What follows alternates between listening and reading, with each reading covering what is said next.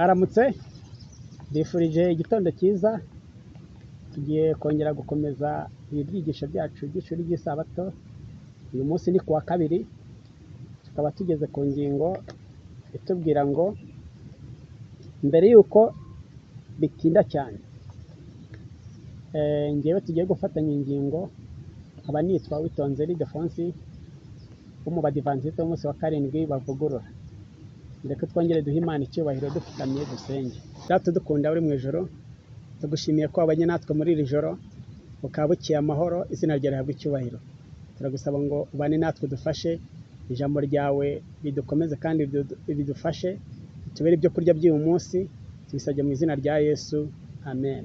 Ingingo yacu yo kuwa kabiri iratubwira ngo mbere yuko bitinda cyane, hari ikibazo kiri kutubaza ngo ni gute ibyanditswe bigaragaza abantu batakaza amahirwe yabo yo kubahisha Imana ubutunzi bwabo kubwo kuzarira. Hano baduhaye amasomo abiri, rimwe riri muri Hoseya 4 umurongo wa 17 no muri Matayo 25 umurongo wa 11 n'uwa 12. Reka tuhasome twumve. Hoseya 4 umurongo wa 17 haragira hati: Efurayimu yifatanije n'ibigirwamana, nimumureke. Reka turebe twumve no muri Matayo ukuntu havuga. Matayo 25 umurongo wa 11.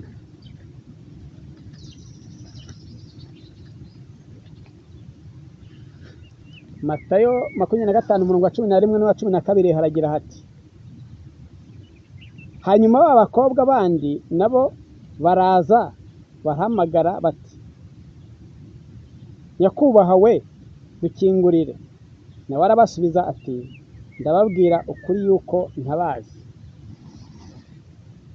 Dukurikije amasomo, hano abantu bareka Uwiteka bagatwarwa n'ubutunzi, aba nibo Uwiteka azareka kubera ko bamwirengagije, ubwo nawe azabirengagiza. Reka twumve ikindi kibazo. Sobanura iherezo rya byose, ushyiremo n'abavuga ko bafite ukuri kw'iki gihe mu kwikanyiza kwabo, bakaba bihambira ku butunzi bwabo bw'ibifatika. Yakobo 5 umurongo wa 3. Turebe muri Yakobo 5 umurongo wa 3. Yakobo 5 umurongo wa 3 haragira hati: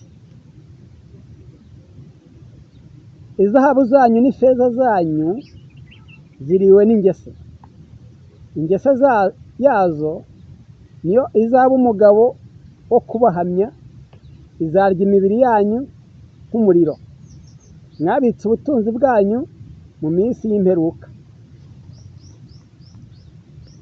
Aha rero harerekana ko n'abitwa ubwoko bw'Imana bavuga ko bategereje kugaruka kwa Yesu, birashoboka ko nabo bashobora gutwarwa n'ubutunzi bakirengagiza inshingano yabo kandi bazi ukuri kw'iki gihe.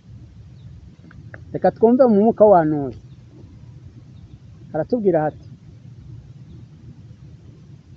muri Yakobo 5 umurongo wa 1 kugeza 3 haragira hati: Nabonye ko aya magambo ateye ubwoba areba by'umwihariko abatunzi bavuga ko bizera ukuri kw'iki gihe. Uwiteka abahamagarira gukoresha ubutunzi bwabo mu guteza imbere umurimo we. Ibikeneye gukorwa bishyirwa imbere yabo, nyamara bahumiriza amaso yabo ngo batabona ubukene umurimo w'Imana ufite, maze bakihambira vuba vuba ku butunzi bwabo bwo mu isi.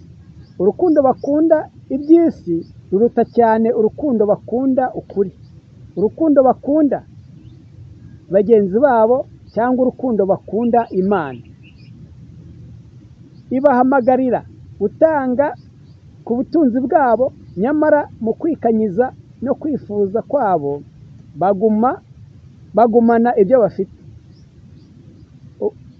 Ubu batanga duke bakazatanga utundi duke ikindi gihe kugira ngo umutimanama wabo utuze. Nyamara ntibanesheje urukundo, bakunda iby'isi, ntacyo bigomwa kubera Imana. Uwiteka yahagurukije abandi baha agaciro ubugingo buhoraho, kandi babasha kwiyumvisha no gusobanukirwa ikintu cy'agaciro k'ubugingo bw'umuntu, ndetse batanze ubutunzi bwabo badahatwa kugira bateze imbere umurimo w'Imana. Umurimo uri kurangira, kandi ngo bidatinze amikoro y'abandi bimanye ubutunzi bwabo, ibikingi byabo binini, amatungo yabo n'ibindi ntibizaba bigikenewe.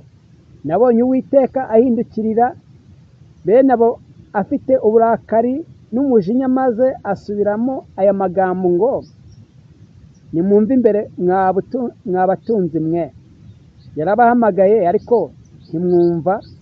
Urukundo mukunda iby'isi rwamize ijwi rye, noneho ubu ntacyo akibakeneyeho, kandi arabaretse ngo mugende. Arabategeka ati, yemwe batunzi nimugende. Dukomeze hepfo. Mbega ukuntu nabonye ko ari ikintu giteye ubwoba kurekwa n'Uwiteka nnyo.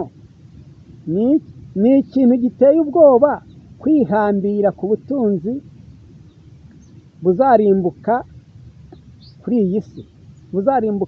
iyi si, mu gihe yavuze ko nitubugurisha tugaha abakene, tuzaba tubitse ubutunzi bwacu mu ijuru. Neretswe ko ubwo umurimo uzaba uri kurangira, kandi ukuri kukazaba kuri kugezwa hose mu mbaraga ikomeye, aba batunzi bazazana ubutunzi bwabo baburambike ku birenge by'abagaragu b'Imana, babingingire kubwemera. Igisubizo kizatangwa n'abagaragu b'Imana kizaba ari iki ngo, nimugende yemwe batunzi mwe, ntabwo ubutunzi bwanyu bukenewe. Mwabwimanye igihe bwashoboraga kugira icyiza mu bukoresha mu guteza imbere umurimo w'Imana.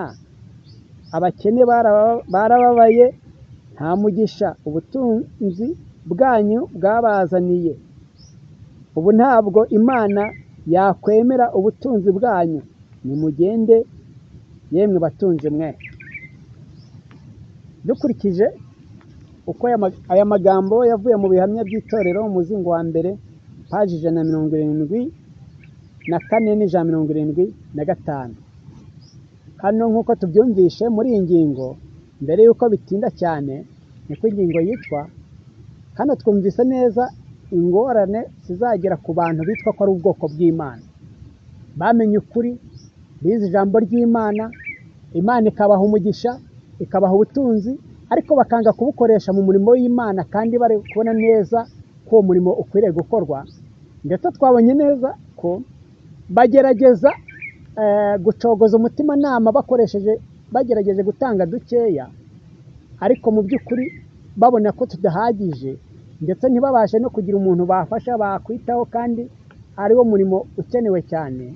Aha rero turabona neza ingaruka zizabaho, nuko ubwo igihe cy'imperuka kizaba kigeze, abantu bazashaka kubutanga, ariko nta kintu bizaba bimaze. Niyo mpamvu bisaba nk'ubwoko bw'Imana kwisubiraho, kwitekerezaho, ukareba ukamenya ko Imana ikeneye ko ugira icyo uyikorera ubu ngubu, nk'uko nawe Imana yagize icyo igukorera ubu, nawe niko hari icyo ugukeneye. Reka dusabe Imana yo kugira ngo idufashe turusheho kunguka, kandi dusobanukirwe neza n'icyo Imana idushakaho muri iyi ngingo twumvise. Nibyo mbasabira nanjye nisabiye mu izina rya Yesu.